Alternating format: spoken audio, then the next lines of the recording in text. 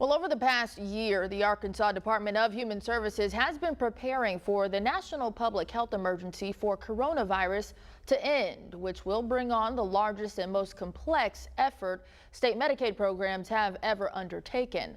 Tonight, THV 11's Frederick Price joins us with the plans for the thousands of Arkansans this will affect. Frederick.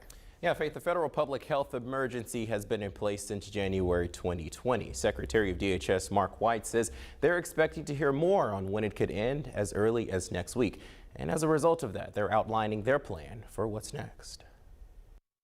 During the public health emergency, Arkansans receiving Medicaid benefits have been granted some protections. Part of the public health emergency and that federal declaration means that individuals who might otherwise not be eligible for Medicaid are able to continue staying covered. But with the likelihood of that ending soon, Secretary of DHS Mark White says so are those exemptions. At that point, we will have to remove all of those ineligible clients from the Medicaid rolls. In March 2020, former President Donald Trump signed into law the Families First Coronavirus Response Act, giving states like Arkansas more federal funding for the Medicaid program. In order to keep the funding, states are required to provide continuous eligibility.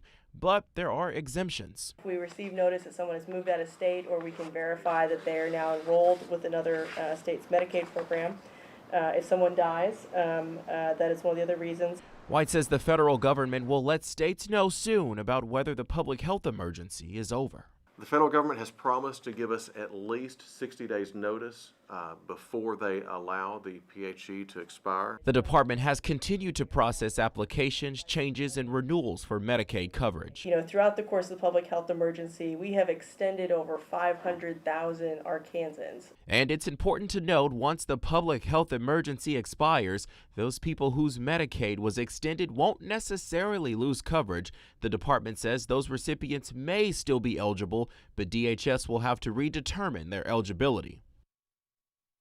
And DHS can begin removing ineligible clients from the Medicaid program once the federal government ends the public health emergency, which is scheduled to end in January of next year.